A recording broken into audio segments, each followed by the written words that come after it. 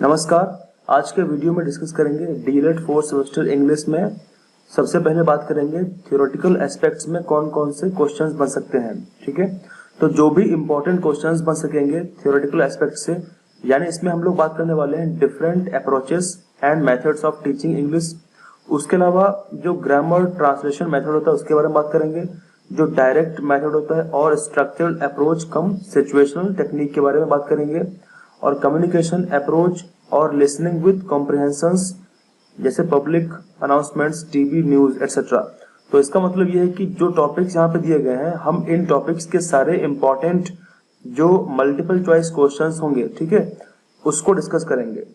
ठीक है, क्योंकि अभी आपके पास समय पर्याप्त नहीं है कि एक एक पॉइंट को यहाँ पे एक्सप्लेन किया जाए, तो इसीलिए हम उन टॉपिक्स को हमने क्या किया है, हमने यहाँ से केवल इंपॉर्टेंट जितने भी क्वेश्चंस बन सकते होंगे वो सारे क्वेश्चंस हमने यहाँ पे लिखे हुए हैं। तो हम इसमें क्वेश्चंस को डिस्कस करने वाले हैं। तो आप लोग पूरा वीडियो देखिए आज तक, क्योंकि पूरा वीडियो बहुत इंपॉर्टेंट है। और इसको मैं डिस्कस करूंगा दो पार्ट्स में। एक पार्ट आपको आज मिलेगा, ठीक है, फर्स्ट पार्ट। उसके बाद जो सेकेंड पार्ट है वो मिलेगा आपको नेक्स्ट डे। तो आप लोग दोनों पार्ट्स को देखेंगे, और उसके बाद अगर टाइम बचता है और मुझे लगता है कि कुछ चीजें ऐसी हैं जो डिस्कस करनी चाहिए डिटेल में, तो उसको अलग वीडियो से डिस्कस कर लिया जाएगा। तो अभी हम लोग बात करते हैं इंपॉर्टेंट क्वेश्चंस जो हमने लिए हैं थ्योरेटिकल एस्पेक्ट से। ठीक है, तो काफी इंपॉर्टेंट है, आप लोग जरूर उसको देखें पूरा और नोट्स बनाएं, उसको लर्न करने का प्रयास करें। सबसे पहला क्वेश्चन दिया गया है कि स्ट्रक्चरल अप्रोच रिलेट्स टू, आपको बताना है कि जो स्ट्रक्चरल अप्रोच होती है टीचिंग की वो किसको रिलेट करती है। यहाँ पे ऑप्शन दिए गए हैं, वर्ड पैटर्न को, सेंटेंस पैटर्न को, या फिर दोनों को, या इनमें से जो डी ऑप्शन है वो बोल रहा है लेटर पैटर्न को। तो जैसा कि हम जानते हैं कि जब भी हम बात करेंगे स्ट्रक्चरल अप्रोच के बारे में तो ये रिलेट करती है दोनों को। इसका मतलब ए और बी दोनों ही करेक्ट होगा। ठीक है, तो इसका आंसर सही क्या होगा, option number C is correct answer. इसको आप लोग ध्यान रखेंगे। अगर बात करें क्वेश्चन नंबर सेकेंड, तो इसमें बोला गया कि स्ट्रक्चरल अप्रोच रिलेट्स टू, ठीक है, किसको करती है, सेंटेंस को करती है। यहाँ पे अभी हम देखा मैंने कि सेंटेंस को करती है। ठीक है, उसके अतिरिक्त अगर बात करें तो ऑप्शन बी बोल रहा है साउंड पैटर्न ऑफ लैंग्वेज। ठीक है, लैंग्वेज के साउंड जो पैटर्न्स होते हैं उनको भी अप्रोच करती है, उनको भी रिलेट करती है। और सी बोल रहा है दोनों को करती है, डी बोल रहा है इनमें से कोई नहीं। तो इसका आंसर सही क्या होगा, ऑप्शन नंबर सी। ठीक है, जब भी हम बात करते हैं स्ट्रक्चर अप्रोच के बारे में तो ये वर्ड पैटर्न, सेंटेंस पैटर्न और उसके अलावा साउंड पैटर्न को भी रिलेट करती है। तो ये तीन चीजों को आप ध्यान रखेंगे। ठीक है, आप ध्यान रखेंगे जब भी बात हम करेंगे स्ट्रक्चरल अप्रोच के बारे में तो आप लोग ध्यान रखेंगे वर्ड पैटर्न, सेंटेंस पैटर्न और साउंड पैटर्न के बारे में। ठीक है, तो काफी इंपॉर्टेंट था। और अभी डिस्कस करते हैं इसके आगे। क्वेश्चन 3 में कहा गया है कि teaching and learning is a journey from, teaching और लर्निंग जो जर्नी है वो कहां से शुरू होती है। ठीक है, तो यहाँ पे पहला ऑप्शन बोल रहा है कि नोन टू अननोन, उसके बाद बी बोल रहा है कंक्रीट टू अब्स्ट्रैक्ट, यानी मूर्त से अमूर्त, सिंपल से कॉम्प्लेक्स, और डी बोल रहा है ऑल द अबव। तो इस क्वेश्चन का जो सही आंसर है वो है डी। ठीक है, जब भी हम बात करेंगे टीचिंग एंड लर्निंग की तो जो एक जर्नी होती है वो नोन टू अननोन होती है, सिंपल टू कॉम्प्लेक्स होती है और कंक्रीट टू अब्स्ट्रैक्ट होती है। तो इसका आंसर डी करेक्ट हो जाता है। अब बात करते हैं क्वेश्चन नंबर नेक्स्ट। तो इसमें कहा गया है कि direct method is also known as, direct method को कुछ और नाम से भी कहा जाता है। तो पहला ऑप्शन है इनडायरेक्ट अप्रोच, दूसरा है नेचुरल अप्रोच, और सी ऑप्शन है इंडक्टिव अप्रोच, और डी है ऑल द अबव। तो हम सब जानते हैं कि जब भी हम बात करेंगे डायरेक्ट मेथड के बारे में तो इसको हम कहते हैं नेचुरल अप्रोच। ठीक है, तो इसका ऑप्शन नंबर बी जो है वो करेक्ट हो जाता है। तो आप लोग ध्यान रखेंगे, या तो अगर आपसे क्वेश्चन पूछ ले कि natural approach is also known as, तो यहाँ पे हम क्या बोलेंगे, डायरेक्ट मेथड कहा जाता है। ठीक है, तो इसको आप लोग ध्यान रखेंगे। अब बात करते हैं क्वेश्चन नंबर नेक्स्ट। तो इसमें कहा गया है कि grammar translation method stressed on, इसका मतलब कि जो ग्रामर ट्रांसलेशन जो तरीका है, विधि है, वो किस पर बल देता है, किस पर जोर देता है। तो पहला ऑप्शन है फ्लुएंसी पर जोर देता है, दूसरा है एक्यूरेसी पर जोर देता है। ठीक है, उसके बाद फिर है एप्रोप्रिएटनेस पर जोर देता है, या फिर लिसनिंग स्किल्स पर जोर देता है। तो जब भी हम बात करेंगे ग्रामर ट्रांसलेशन मेथड के बारे में, तो ये स्ट्रेस किस पे करता है, ये एक्यूरेसी पे स्ट्रेस करता है, ठीक है, एक्यूरेसी पर स्ट्रेस करता है। एक्यूरेसी का मतलब होता है सटीकता, इसको हम बोलते हैं सटीकता, ठीक है।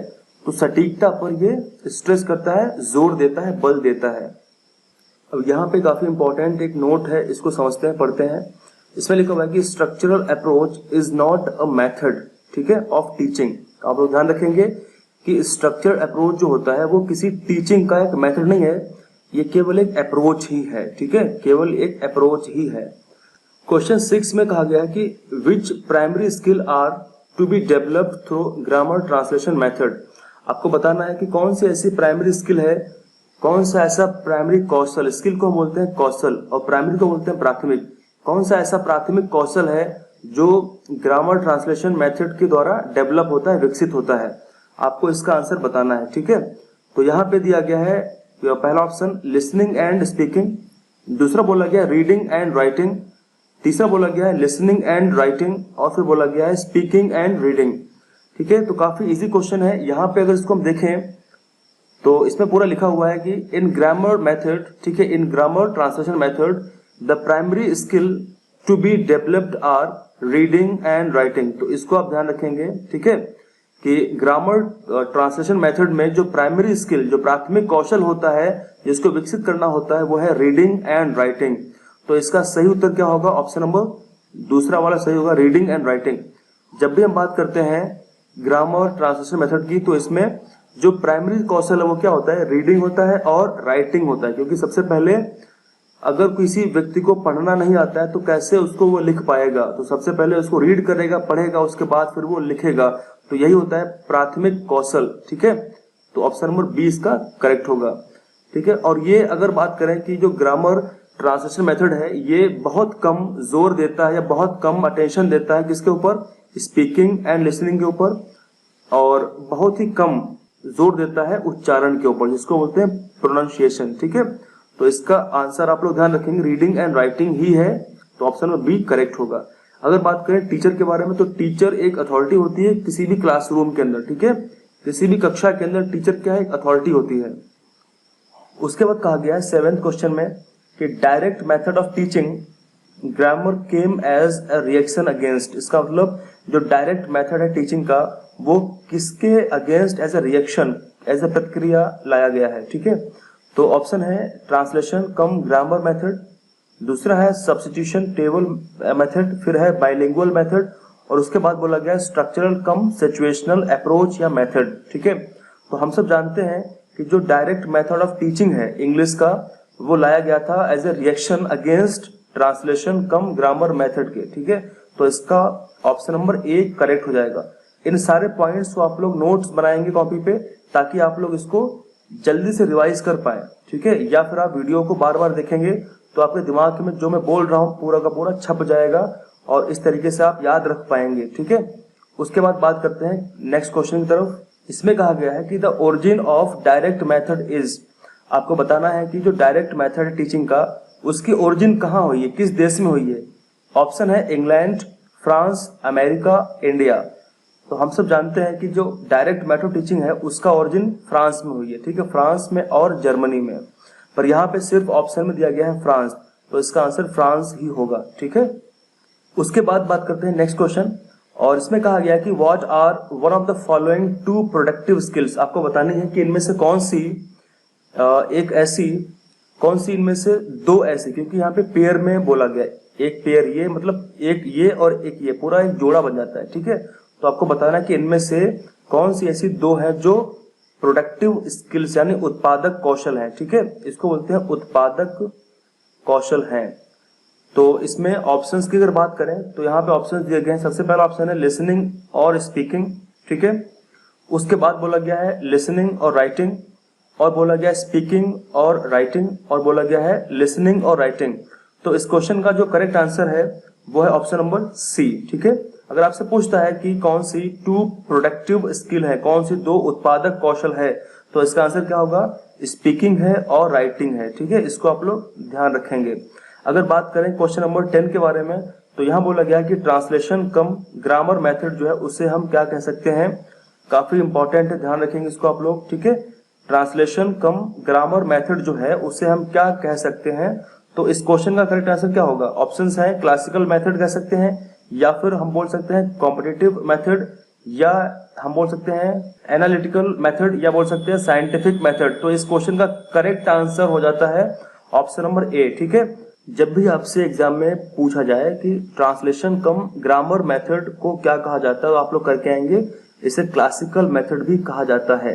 ठीक है, अब बात करते हैं नेक्स्ट। यहाँ पे काफी इंपॉर्टेंट नोट आपको पढ़ना है, याद रखना है। ठीक है, अब यहाँ पे मैंने लिखा है हिंदी में, ताकि आप लोग समझ पाए एग्जैक्टली कि किस चीज की बात हो रही है। ठीक है, डायरेक्ट जो मेथड होता है टीचिंग का, उसे हम क्या बोलते हैं? उसे हम नेचुरल मेथड भी कहते हैं। ठीक है, जो जर्मनी और फ्रांस में 1900 के आसपास स्थापित किया गया था।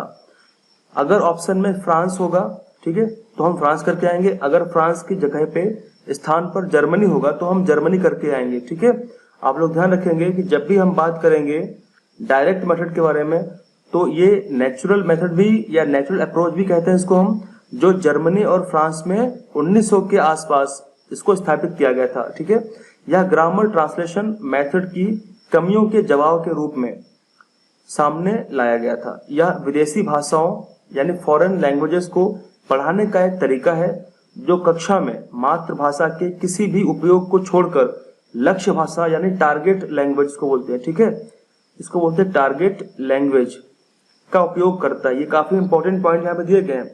यहाँ पे आपको ध्यान रखना है कि यह विदेशी भाषाओं को पढ़ाने का एक तरीका है। ठीक है, तो आपसे एग्जाम में आ सकता है कि कौन सा ऐसा मेथड है जिसके अंतर्गत विदेशी भाषाओं को यानी फॉरेन लैंग्वेजेस को पढ़ाने का एक तरीका बताया गया है, तो वो है डायरेक्ट मेथड। ठीक है, जो कक्षा में मातृभाषा के किसी भी उपयोग को छोड़कर, यानी जब भी हम बात करते हैं डायरेक्ट मेथड की, तो उसमें मातृभाषा के किसी भी उपयोग का हम बात नहीं करते हैं। ठीक है, जो केवल बात करता है जो टारगेट भाषा होगी, जो टारगेट लैंग्वेज होगी, उसी की वो बात करता है। तो इतना आप लोग ध्यान रखें, काफी इंपॉर्टेंट पॉइंट यहाँ पे डिस्कस मैंने किया है। उसके बाद बात करते हैं क्वेश्चन नंबर 11। यहाँ कहा गया है कि the substitution table method was adopted by, यानी जो सब्स्टिट्यूशन टेबल मेथड है उसे किसने अडॉप्ट किया है? तो यहाँ पे ऑप्शन दिए गए हैं doctor waste, professor C.J. Datsun और H.E. पाल्मेर और O. जेफरसन। तो इसका करेक्ट आंसर है ऑप्शन नंबर बी। ठीक है, H.E. पाल्मेर ने सब्स्टिट्यूशन टेबल मेथड को अडॉप्ट किया था, तो इसको आप लोग ध्यान रखेंगे। फिर बात करते हैं नेक्स्ट क्वेश्चन की। यहाँ बोला गया कि लैंग्वेज लर्निंग स्टार्ट्स फ्रॉम। ठीक है, आप लोग कमेंट करके बताएं कि लैंग्वेज लर्निंग यानी भाषा को अगर सीखना है तो वो कहाँ से शुरू होती है। काफी इजी, काफी इंपॉर्टेंट क्वेश्चन। आप लोग बताएं कि अगर भाषा को सीखना है तो वो कहाँ से शुरू होती है? क्या रीडिंग से? रीडिंग का मतलब होता है पढ़ना, स्पीकिंग से यानी बोलने से, लिसनिंग यानी सुनने से, राइटिंग यानी लिखने से। आप लोग बताएं कमेंट करके कि जो लैंग्वेज लर्निंग है, भाषा को अगर सीखना है तो वो कहाँ से शुरू होती है? क्या पढ़ने से शुरू होती है, या बोलने से, या फिर सुनने से, या लिखने से? तो हम सब जानते हैं कि जब भी अगर हमको किसी भी भाषा को सीखना होगा तो सबसे पहले हमें उसको ध्यान पूर्वक सुनना होगा। तो इसका मतलब ऑप्शन नंबर सी जो है वो करेक्ट है। ठीक है, language learning starts from listening. तो सबसे पहले सुनेंगे, उसके बाद फिर हम बाकी की एक्टिविटी करेंगे। अगर बात करें क्वेश्चन नंबर 13, तो इसमें बोला गया है कि जो फोनेटिक्स है ये किस चीज की साइंस है। ठीक है, मैंने बोला है कि जो फोनेटिक्स है ये किस चीज की साइंस है। क्या रीडिंग की साइंस है, राइटिंग की साइंस है, या साउंड की साइंस है, या फिर प्रोनाउंसिएशन उच्चारण की साइंस है? तो इस क्वेश्चन का सही उत्तर, बहुत ही आसान क्वेश्चन है, इसका आंसर है ऑप्शन नंबर सी। जब भी हम बात करते हैं फोनेटिक्स की तो ये एक तरीके से साइंस होती है किस चीज की? साउंड की। ठीक है, तो इसका ऑप्शन नंबर सी करेक्ट है। अब यहाँ पे काफी इंपॉर्टेंट नोट लिखा हुआ है, इसको पढ़ते हैं। इसमें लिखा हुआ है कि जब भी हम कोई भाषा सीखते हैं, ठीक है, when we learn a language there are 4 skills. तो 4 कौशल सामने आते हैं, ठीक है, that we need for complete communication. कौन कौन से हैं? सबसे पहले अगर बात करें तो when we learn our native language, जब हम अपनी देसी भाषा सीखते हैं। नेटिव का मतलब देसी भाषा होता है, ठीक है, नेटिव लैंग्वेज मतलब देसी भाषा सीखते हैं। We usually learn to listen, तो सबसे पहले हम क्या करते हैं? सुनते हैं। ठीक है, जब भी हम कोई भी भाषा अगर सीखेंगे तो सबसे पहले हम उसको सुनते हैं ध्यानपूर्वक। उसके बाद देन हम फिर जो व्यक्ति जो बोल रहा है उसको हमने सुना है, उसके बाद फिर हम उसी चीज को, उसी भाषा को बोलने का प्रयास करते हैं, देन टू स्पीक। उसके बाद में फिर हम उसके, जब हम उसको बोल देते हैं उसके बाद फिर हम उसको कॉपी पे पढ़ने का प्रयास करते हैं, यानी जो भी वो प्रिंट फॉर्म में हमारे पास अवेलेबल है हम उसको फिर रीड करते हैं, ठीक है, पढ़ते हैं। और अगर हम इन तीनों में सक्षम हैं तो फाइनली फिर हम उसको लिख पाते हैं, ठीक है। तो अब ऑलवेज ध्यान रखेंगे हम लोग, जब भी किसी नेटिव लैंग्वेज को, किसी देसी भाषा को हम सीखते हैं तो सबसे पहले हम उसको क्या करते हैं, उसको सुनते हैं, उसके बाद फिर हम उसको बोलते हैं, उसके बाद फिर उसको हम पढ़ते हैं जो हमारे पास अवेलेबल है बुक्स में या प्रिंटेड फॉर्म में, उसके बाद फिर उसको हम लिखते हैं, ठीक है। अगर बात करें नोट नंबर 2 तो काफी इंपॉर्टेंट है। क्या बोला गया है कि जो फेनेटिक्स है ये एक ब्रांच है लिंग्विस्टिक की, ठीक है, जिसके अंतर्गत हम स्टडी करते हैं कि how humans produce and perceive sound, यानी किस तरीके से जो मनुष्य हैं वो ध्वनियों को उत्पन्न करते हैं और किस तरीके से उनका अनुभव करते हैं, ठीक है। इसी बात को यहाँ पे हिंदी में लिखा गया है, आप लोग उसको पढ़ सकते हैं कि यहाँ पे क्या हिंदी में लिखा गया है। ध्वन्यात्मकता भाषा विज्ञान की एक शाखा है जो अध्ययन करती है कि मनुष्य कैसे ध्वनियों का उत्पादन और अनुभव करता है, ठीक है। अगर बात करें लिंग्विस्टिक की तो इसको हम बोलते हैं भाषा विज्ञान, ठीक है। ये भाषा विज्ञान की एक शाखा है फेनेटिक्स। तो यहाँ से एक भी क्वेश्चन यहाँ से बन सकता है कि अगर आपसे पूछ ले कि फेनेटिक्स जो है किसकी ब्रांच है, तो ब्रांच किसकी है, ये शाखा है लिंग्विस्टिक यानी भाषा विज्ञान की। तो हम लोगों ने यहाँ पे कुछ इंपॉर्टेंट क्वेश्चंस डिस्कस किया आज की वीडियो में। अगले वीडियो में यानी पार्ट 2 में हम लोग डिस्कस करेंगे और इंपॉर्टेंट क्वेश्चंस। तो हमारा पूरा जो फोकस है वो ये है कि जो आपका इंग्लिश का जो पहला वाला पार्ट है, ठीक है, उसको हम फिनिश कर दें। उसके बाद फिर हम प्रैक्टिस करेंगे जो इसका ग्रामर वाला पोर्शन है, यानी जो प्रपोजिशन है, कंजक्शन है, एडजेक्टिव है, उसके बारे में हम सिंपल कंपाउंड सेंटेंस के बारे में प्रैक्टिस करेंगे, ठीक है। तो आप लोग वीडियोस को शेयर करते रहे ताकि अधिकतम से अधिकतम लोग लाभ उठा सकें। Thank you very much, thank you.